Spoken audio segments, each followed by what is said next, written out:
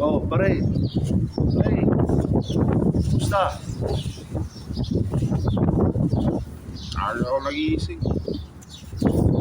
Papunta. Pare, wala dito. Sana ako doon eh. Bimili ng ulam. Kasulan sa bahay. Oo, ano eh. Sasampay. Nabantay ko ito sinampay kasi sobrang baka hindi na. Oo na, ito muna tayo. Sasabay na tayo. Baka makapili din ako ng ulam. Para sa mga pabigat. Alam mo na, mapabigat sa bahay. Ah, ganun ba? O sige, ito. So,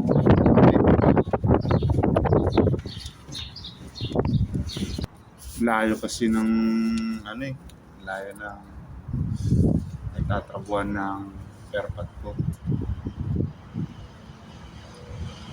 Nasa ibang bansa siya.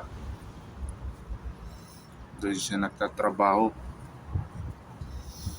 Eh, alam mo na, pag doon sa ibang bansa, ang sahod. Nasahod ng tatay ko. Kaya, yun. So, yun ang sahod. Ah, ganun ba? Ako, si airpot ko, dito lang nagtatrabaho. Oo. Sabi niya, 5,000 kada araw. Oo nga, 5,000 kada araw.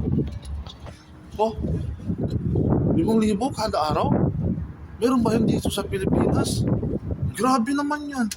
Posible naman yan. Bakit? Ano bang trabaho ng airpot mo dito? Ano? Tagapag-alaga ng baka. Oh, tagapag-alaga pala ng baka lang. 5,000 kada araw ang sahod niya.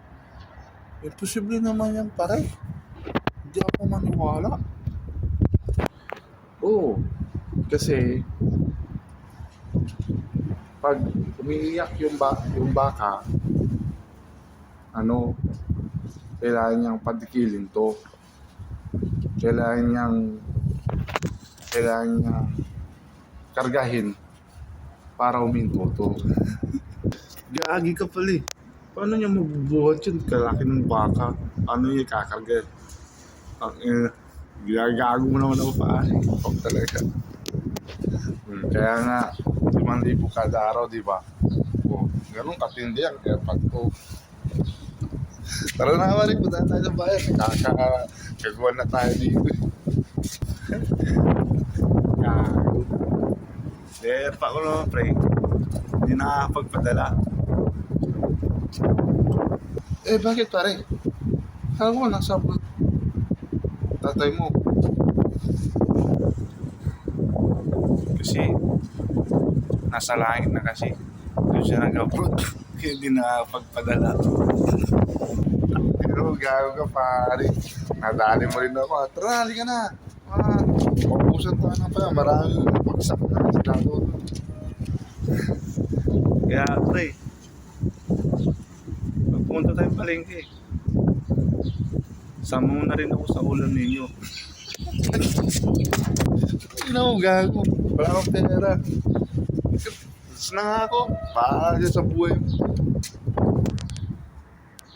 Tara ha. Sunod na nga ako doon. Pero mo ako ha. Pati, yakabang